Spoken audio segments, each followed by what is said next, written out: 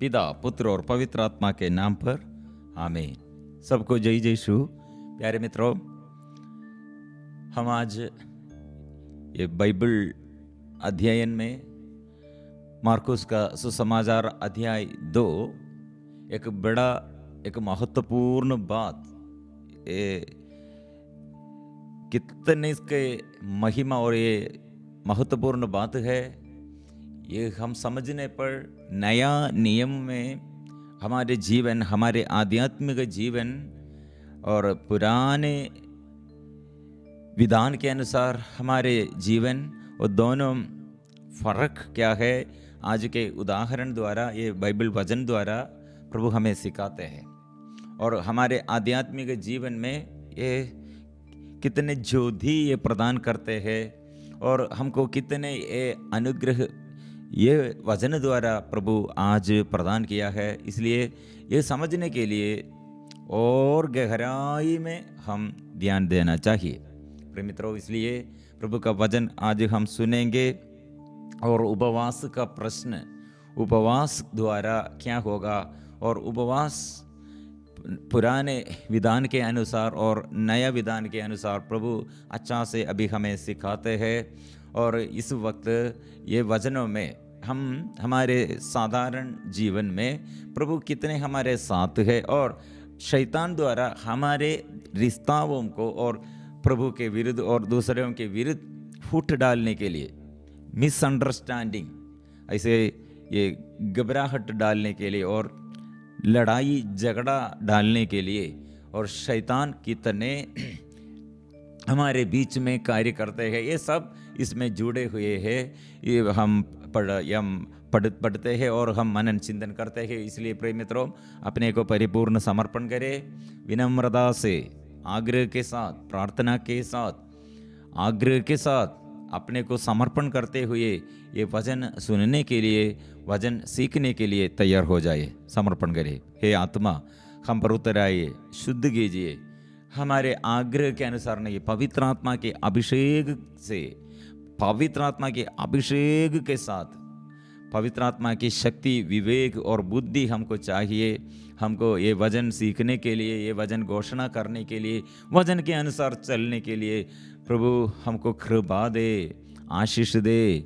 और रोग, बीमारी, दुख, संकट, शरीर के वासनाएं और सारे बोझ, परिवार में समस्याएं और सारे बातों में जो कमी और कमजोरी, दुख, तकलीफ प्रभु के आगे समर्पण करें। हम मिलजुल कर वचन सुनेंगे, वचन पढ़कर हम आशीष पाएंगे, क्योंकि वचन क्या कैसे हमारे जीवन में क्रियाशील बन जाते हैं। मतलब हम करते रहना, ऐसे दावा करते रहो, स्वीकार करते रहो, लगातार ऐसे हम विश्वास करते हुए वचन जोर से दावा करते हैं, और ऐसे claim the word of God, claim the word of God. ये हमारे राइट है, ये हमारे राइट है, ये हमारे विरासत है। ऐसे हम लगातार मुंह से स्वीकार करने पर हम वो विश्वास में हम बढ़ जाते हैं और बुराई से अलग रहते हैं। नहीं तो अविश्वास और निराशा ऐसे जीवन में नास्तिक बन जाएगा, निराशा हमारे जीवन में उत्पन्न करेगा, विश्वास नष्ट हो जाएगा। इसलिए हम ये वचन का तलवार सदा हम चलाना चाहिए वो जीवन में। इसलिए हमारे ये मध्यस्थ प्रार्थना दल में लगातार वचन में हम ज़्यादा ये महत्व देता है। इसलिए हर सैटरडे में वचन हम पढ़ते हुए 12 घंटा ऐसे बाइबल अध्ययन, और हर दिन ऐसे प्रिय मित्रों वचन में हमको उत्साह चाहिए, वचन पढ़ने के लिए उत्साह चाहिए। इसलिए वचन हमारे जीवन में शक्ति देता है, जीवन देता है, छुटकारा देता है, चंगाई देता है। ये विश्वास से हम आएंगे। इसलिए सबको हार्दिक स्वागत है। मिलजुल कर हम वचन पढ़ेंगे। मार्कुस अध्याय 2 पद संख्या 18 में उपवास का प्रश्न। यूहन्ना के शिष्य और फरीसी किसी दिन उपवास कर रहे थे। कुछ लोग आकर ईसा से बोले, योहन के शिष्य और फारीसी उपवास कर रहे हैं, आपके शिष्य उपवास क्यों नहीं करते हैं? प्रिय मित्रों, अभी 3 स्पिरिचुअलिटी, 3 भाग लोगों, ये 3 तरह लोग स्पिरिचुअलिटी, आध्यात्मिक उपदेश के ये विषय में अभी हमारे आगे है। मतलब यीशु और यीशु का शिष्यगण, योहन बपतिस्ता और उसका शिष्यगण, और फारिसीस, मतलब फारिसी शास्त्रीगण और ऐसे यहूदियों के ये नेता, उन लोगों का स्पिरिचुअलिटी। 3 भाग हम देखते हैं। हम यीशु और यीशु के शिष्यगण के बारे में अभी एक सवाल पूछने के लिए, यह सवाल है प्रिय मित्रों, यह सवाल, और एक बात हम ध्यान रखना चाहिए, उपवास के विषय में अभी यीशु के शिष्य के बारे में अभी शास्त्रीगण, फारिसी नेतागण अभी पूछते हैं। मतलब थोड़ा पहले हम पिछले भाग में हम पढ़ा था, ये मत्ती लेवी के घर में ये बड़ा भोजन में यीशु और यीशु के शिष्यगण और पापियों के साथ वो बैठ रहे हैं और पापियों के साथ रिश्ता है, पापियों के साथ भोजन करते हैं। यह सवाल शिष्यों से पूछा था, अभी शिष्यों से नहीं, अभी यीशु के शिष्यों के बारे में क्वेश्चन पूछते हैं। उन लोगों का लक्ष्य क्या है? यीशु के बारे में, यीशु के विरुद्ध ऐसे अभिप्राय है तो यीशु से नहीं, अपने यीशु के शिष्यों से वे लोग पूछते हैं। इसका अर्थ क्या है?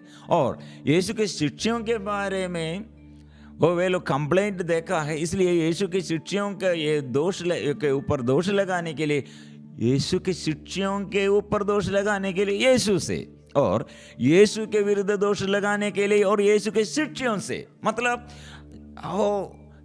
शांति में, एकता में, प्यार में, जो जगह में लोग रहते हैं, जो घर में लोग रहते हैं, वहां फूट डालने के लिए, भिन्नता, डिफरेंस, डिविएशन करने के लिए, अलग करने के लिए शैतान का आत्मा है, दुष्ट आत्मा है। यह शैतान पहले आदम और हेवा से ये सवाल पूछ कर आया है। फिर क्या हुआ? आदम हेवा के विरुद्ध, और आदम और हेवा ईश्वर के विरुद्ध, और सब अलग हो गए हैं, ऐसे डिफरेंट हो गए हैं, सब एकता नहीं दे। अभी ऐसे हमारे प्रार्थना दल में होगा, चर्च में होगा, और हमारे बस्ती में और हमारे ऑफिस में हमारे साथियों के साथ ऐसे एक दूसरे के विरुद्ध कंफ्यूजन और हमको ऐसे डाउट देने के लिए और ऐसे कंप्लेंट सीधे नहीं पूछते हैं। मेरे पति के बारे में और मेरे पत्नी के बारे में प्रॉब्लम है तो पड़ोसी से बात पूछते हैं, और मेरे बच्चों के बारे में मुझसे नहीं, मेरे बच्चों से नहीं, दूसरों से पूछते हैं। प्रिय मित्रों, ऐसे ये शैतान हम मानव के अंदर हमें हमारे ये अपवित्रता में, अशुद्धता में और लड़ाई झगड़ा में और हमें दुख में, संकट में, घबराहट में डालने के लिए शैतान कार्य करते हैं। हमको कंफ्यूजन आएगा, डाउट आएगा। इसलिए उन लोगों का लक्ष्य क्या है? प्यार से नहीं है, यह प्यार से नहीं है। सब वे लोग क्या पूछते हैं, मन में क्या सोच रहे हैं? अर्धांगरोगी को प्रभु ने पाप क्षमा दिया और चंगाई दिया, लेकिन वे लोग मन ही मन में क्या सोच रहे हैं? इसलिए उन लोगों के मन इतना कठिन है। प्रिय मित्रों, हमारे बीच में ऐसे हैं लोग, वचन और ईश्वर पर, वचन पर और ईश्वर पर विश्वास करने के लिए वो उसमें रुचि नहीं है, तैयार नहीं है, और जो विश्वास करते उनके विरुद्ध है। अभी कौन अभी अविश्वासमयी बातें करते हैं, साधारण लोग नहीं। चर्च के अधिकारियों के अंदर ऐसे कठिनता है, ईश्वर पर विश्वास नहीं है। ये शास्त्रीगण नियम पुनः सीख लिया और सिखाते हैं, उन लोग अभी यीशु के विरुद्ध गए, कठिन हो गए हैं। प्रिय मित्रों, पहले फर्स्ट चैप्टर में मार्कुस का सुसमाचार फर्स्ट चैप्टर में, इसलिए स्वर्ग से क्या संदेश जॉन द बपतिस्ट था, ये प्रभु यीशु को बपतिस्मा दिया, उस समय क्या घटना हुआ है, स्वर्ग से क्या वचन सुनाई है और क्या वाणी सुना, क्या वाणी सुनी है। प्रिय मित्रों, ईश्वर ये मेरा प्रिय पुत्र है। इसलिए प्रभु यीशु ने हम जो दासता में रहते हैं, पाप के बंधन में रहते हैं, ऐसे दुख और संकट में, कठिनाइयों में, अभिशाप में, जो ऐसे एक बोझ में रहते हैं, प्रभु आपसे, हमसे, सब मानव के लिए संदेश देता है, तुम मेरा बेटा है, लेकिन तुम पाप किया, पाप के अधीनता में आप रहते हैं, पाप द्वारा आपको रोग बीमारी आया है, पाप भयानक है, पाप का वेदन इसलिए मृत्यु है, लेकिन मैं मृत्यु से, पाप बंधनों से, शैतान से मैं बचाने के लिए आया हूं, जो खो गया उसे ढूंढने, बचाने मैं आया हूं। विश्वास करने नहीं सकते हैं, श्री प्रभु ने ये संदेश देते, तुम मेरा बेटा है। अभी पाप बंधन में, पाप के अधीनता में और दास बन गए हैं, तो मैं दासता के बंधन मैंने तोड़ दिया है, मैंने तोड़ दिया है। इसलिए सुंदर एक वचन है, मां मरियम हमारे लिए ये मदद करने के लिए, मां मरियम क्या किया है, ईश्वर का संदेश स्वीकार किया। साधारण स्त्री असाधारण बातों में ईश्वर का सामर्थ्य, पवित्र आत्मा के विषय में परिपूर्ण समर्पण किया है। मैं दास ही हूं। इसे दास बनने के लिए हम तैयार नहीं। दास मतलब ईश्वर का दास, ईश्वर का दासी दास, ये दासी पर और कृपा दृष्टि। प्रिय मित्रों, ऐसे दास बन मतलब विनम्र बन जाओ। वो विनम्र बनने के लिए घमंड छोड़ना है, हृदय खोलकर आश्रय करना है, प्रभु पर विश्वास करना है। यह इसलिए एक क्वेश्चन, ये उपवास के बारे में एक क्वेश्चन। प्रिय मित्रों, उपवास मतलब ये उपवास ऐसे एक नियम, पुराने विधान में ऐसे ईश्वर से नियम नहीं दिया गया है, फिर भी वे लोग उपवास करते हैं। इसलिए पुराने विधान के अनुसार ये उपवास कैसे शुरू किया, प्रिय मित्रों, इसका थोड़ा हिस्ट्री, इसमें इतिहास में कैसे वे लोग उपवास ऐसे शुरू किया है। ईश्वर ने कहते हैं, ईश्वर ने ऐसे नियम के अनुसार 7 बार ऐसे उत्सव के समान उत्सव पर्व मनाने के लिए नियम दिया है, 7 बार। और कम से कम 3 बार ये यरूशलेम मंदिर में लोग आना है ये पर्व के लिए। ये उपवास ऐसे शुरू किया, मतलब जब ये यरूशलेम मंदिर वे लोग निर्माण किया, इसके बाद उसका महिमा सांप के अंदर ईश्वर ने हमको ये मंदिर बनाने के लिए अवसर दिया। इसलिए पूर्वजों के महिमा, ईश्वर के ये महिमा पूर्वजों ऐसे मानते हैं, ये यरूशलेम मंदिर ये स्वर्ग का समान है, स्वर्ग राज्य यह है, स्वर्ग यह है। ऐसे यह मंदिर में प्रभु है, प्रभु का उपस्थिति है। लेकिन यह यरूशलेम मंदिर इस्राएली लोगों के पाप के कारण, अपवित्रता के कारण, अशुद्धता के कारण शत्रु लोग प्रबल हो गए और ईश्वर का सामर्थ्य उनके अंदर नष्ट हो गए। ईश्वर की आराधना नहीं करते हुए, विश्वास नहीं करते हुए वे लोग अपने पवित्रता नष्ट किया, शक्ति नष्ट कर दिया। इसलिए शत्रुगण आक्रमण किया, ये यरूशलेम मंदिर नष्ट कर दिया, ढा दिया है, सर्वनाश।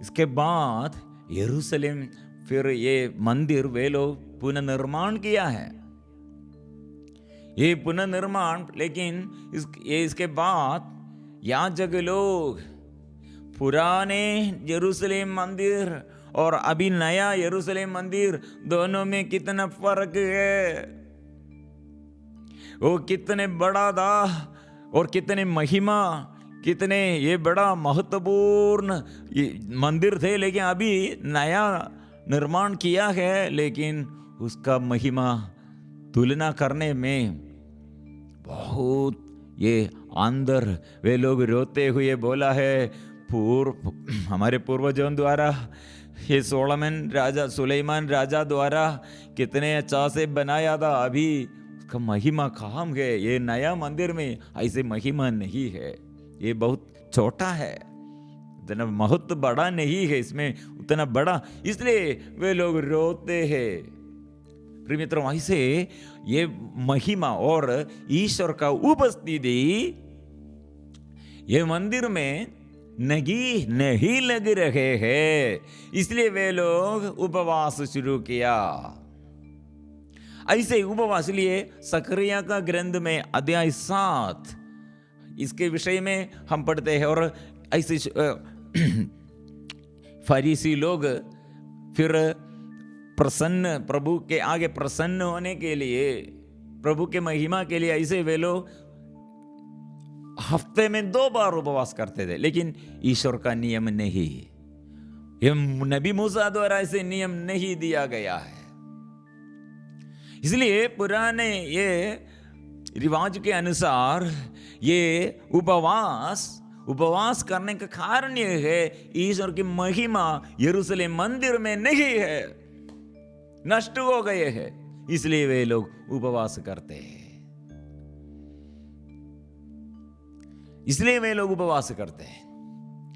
ऐसे उपवास इसलिए कुछ लोग और हम ज्यादा धार्मिक है और ज्यादा विश्वासी है, ज्यादा ईश्वर को मैं ज्यादा प्रिय हूं, इसलिए मैं ऐसे निर्णय लिया है 2 बार उपवास करते हैं, खाना भोजन छोड़कर। ये नियम ईश्वर का नियम नहीं है, ईश्वर नियम के अनुसार नहीं है। और फिर हम आगे बढ़ते हैं नया नियम में। इसलिए नया नियम में वो उपवास के विषय में वे लोग सवाल पूछते हैं। यीशु और भी ये उदाहरण में और हमें सिखाने के लिए कुछ बात भी है। यहूदियों के बीच में शादी के समय, विवाह के समय दुल्हा के साथ आनंद मनाने के लिए बड़ा पर्व, कम से कम 7 दिन भोजन है। ये दुल्हा के साथ ऐसे भोजन करने के लिए, आनंद मनाने के लिए ऐसे एक नियम है। सिर्फ भोजन, ये विवाह के समय दुल्हा आया है और दुल्हा के साथ आनंद मनाना, इसलिए भोजन छोड़ना अच्छा नहीं है, उचित नहीं है, इसलिए भोजन करना है। इसलिए विवाह के समय 1 हफ्ता उपवास नहीं, भोजन है।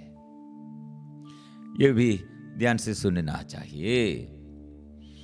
अभी प्रभु ने क्या कहा है? ईसा ने उत्तर दिया, जब तक दुल्हा साथ है क्या बाराती शोग मना सकते हैं? और प्रभु याद दिलाते हैं, अभी दुल्हा के रूप में अभी ईश्वर का पुत्र यीशु यहाँ है। आप लोग क्यों उपवास करते हैं? यरूशलेम मंदिर में प्रभु का उपस्थिति नहीं है, प्रभु का महत्व नष्ट हो गए हैं, लेकिन अभी वो दुल्हा आया है,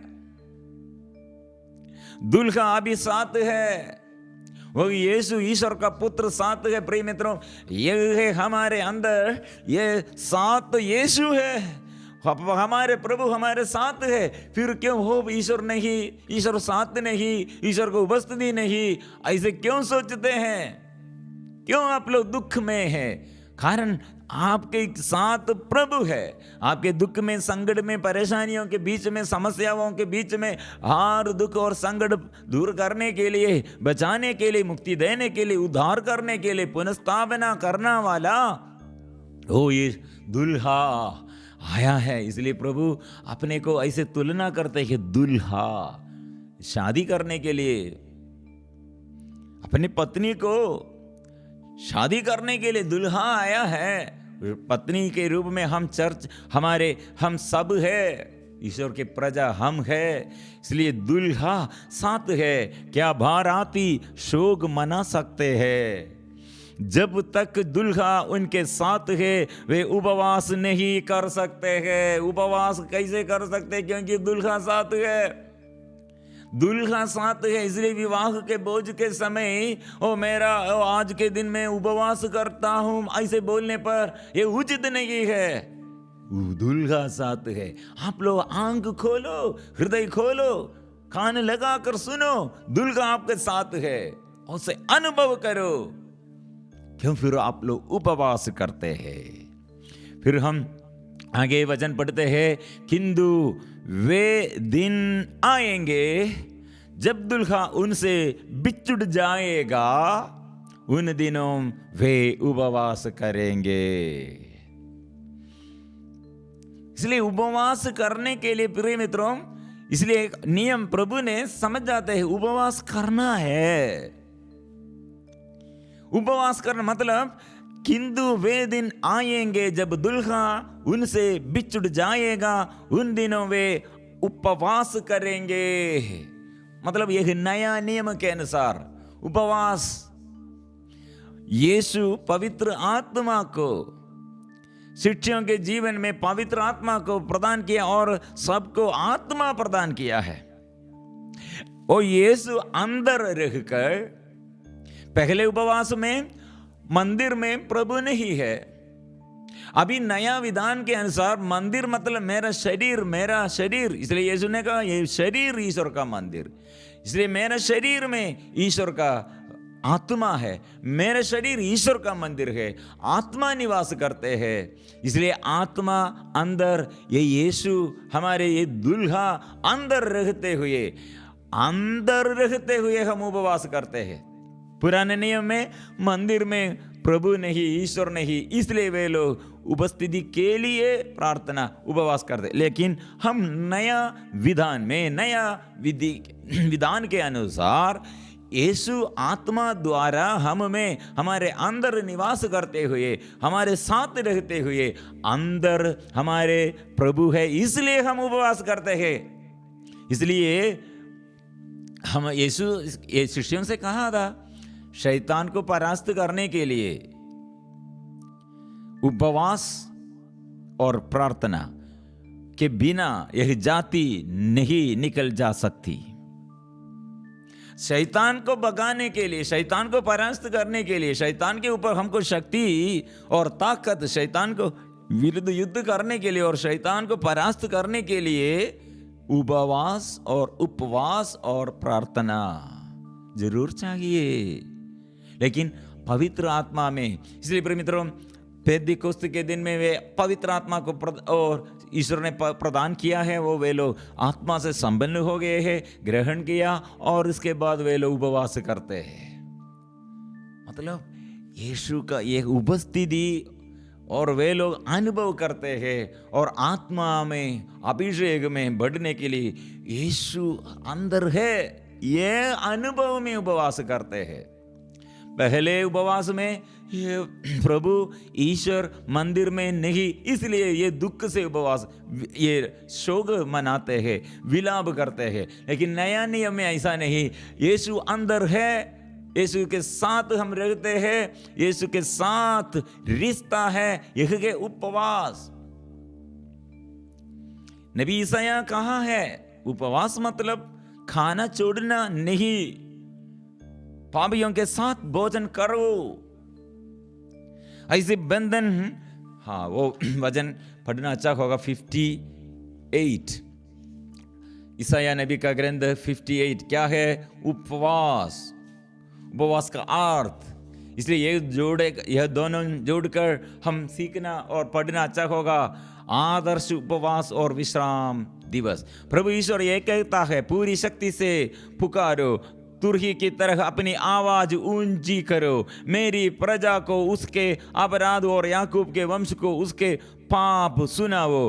वे मुझे प्रतिदिन ढूंढते हैं, मेरे मार्ग जानना चाहते हैं, एक ऐसे राष्ट्र की तरह जिसने धर्म का पालन किया हो और अपने ईश्वर की संहिता नहीं बुलाई हो।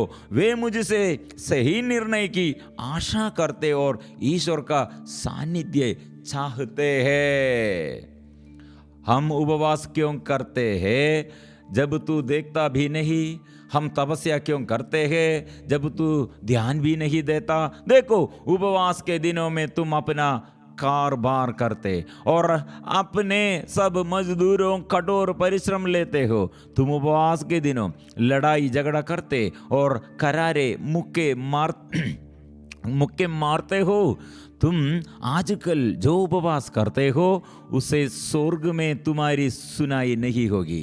क्या तुम में इस प्रकार का उपवास, ऐसी तपस्या का दिन चाहता हूं जिसमें मनुष्य सरकंडे की तरह अपना सिर झुकाए और टाट तथा रैक पर लेट जाए? क्या तुम इसे उपवास और ईश्वर का सुग्राह्य दिवस कहते हो?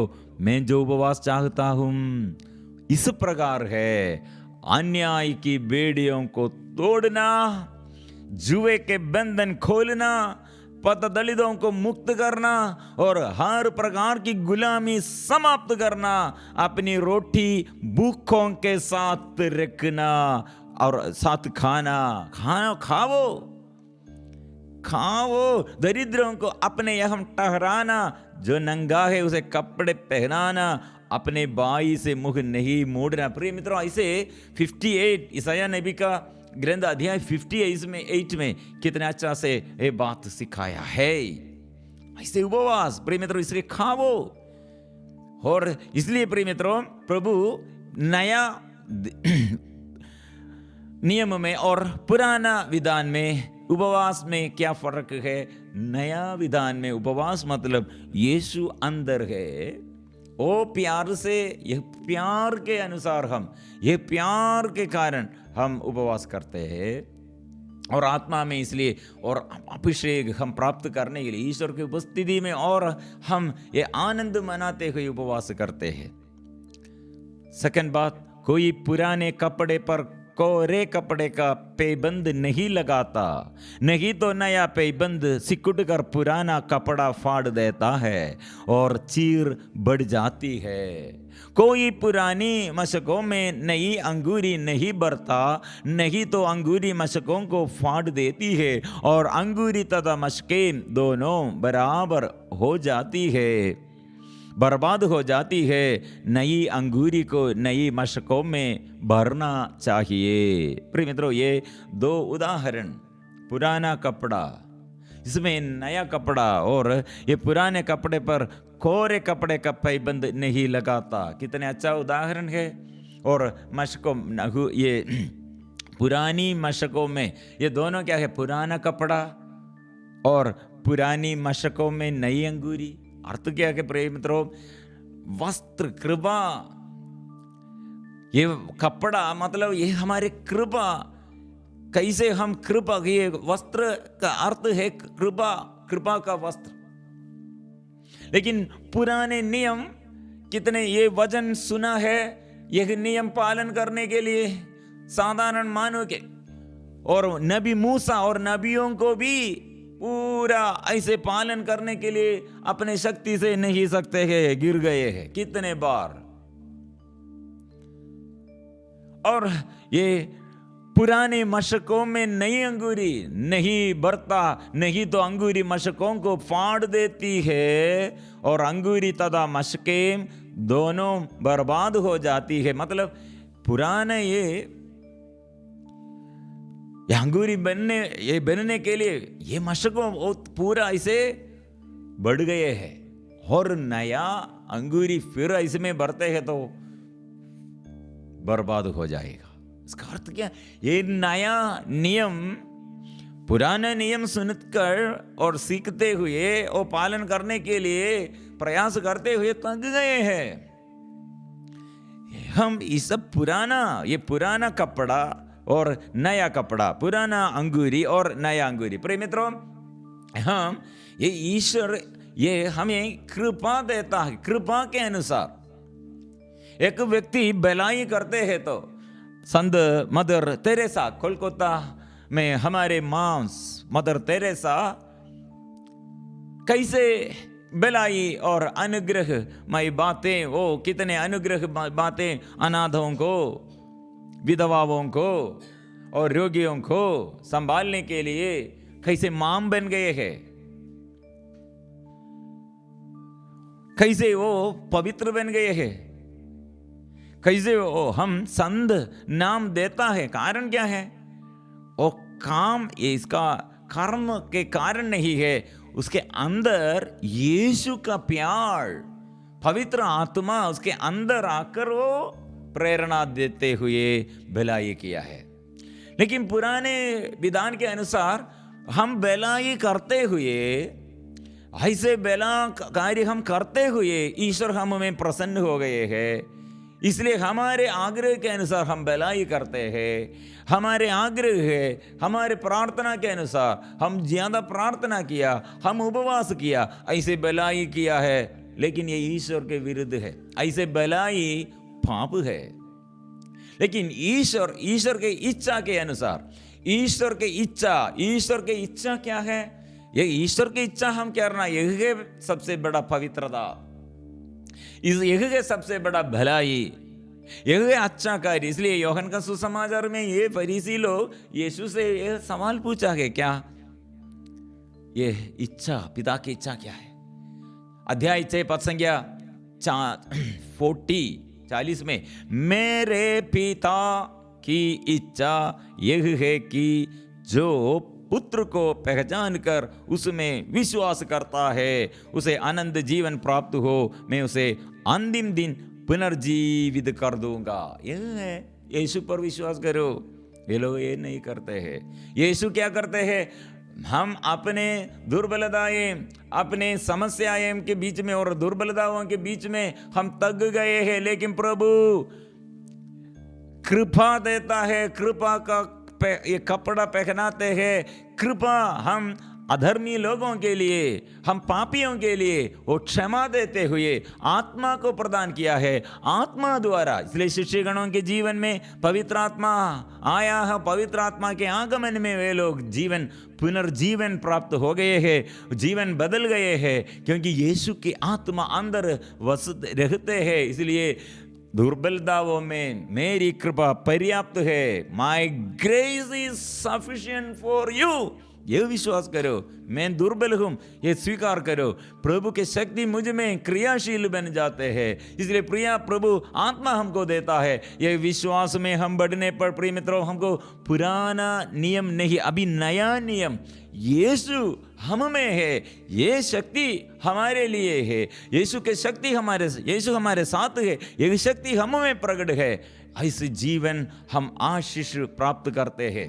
इसलिए प्रिय मित्रों, यह समझकर हम प्रार्थना करने पर यीशु अंदर है, यीशु पवित्र आत्मा हमारे अंदर निवास करते हैं। शरीर ईश्वर का मंदिर, मुझ में अभी यीशु है, यीशु मेरे साथ है, आत्मा मुझ में है। इसलिए त्रित्व ईश्वर, त्रिएक ईश्वर मेरे जीवन में मेरे साथ सदा रहते हैं। यह विश्वास से हम जीवन बिताएंगे, ऐसे विश्वास में हम आशीष पाएंगे, छुटकारा पाएंगे। इसलिए एक साथ हम स्तुति करें और मिलजुल कर प्रार्थना करें। हे प्रभु, मैं अज्ञानता में, मेरे अज्ञानता में, दुर्बलताओं में, मेरे पाप बंधनों में, अधर्म में, कुकर्म में मेरे लिए प्रभु आशीष प्रदान कीजिए, क्षमा दीजिए, चंगाई दीजिए, रोग बीमारी दूर कर दे। मेरे परिवार में आइए, आशीष बरसाइए, मेरे बच्चों को, मेरे जीवन साथी और मेरे परिवार में और मेरे पूर्वजों के जीवन में प्रभु आशीष बरसाइए। आगे पीढ़ी के लिए प्रभु आशीष प्रदान कीजिए, देश के लिए ज्ञान दे, अभिषेक दे। मिलजुल कर ऐसे प्रार्थना करेंगे। सबको जय जय यीशु।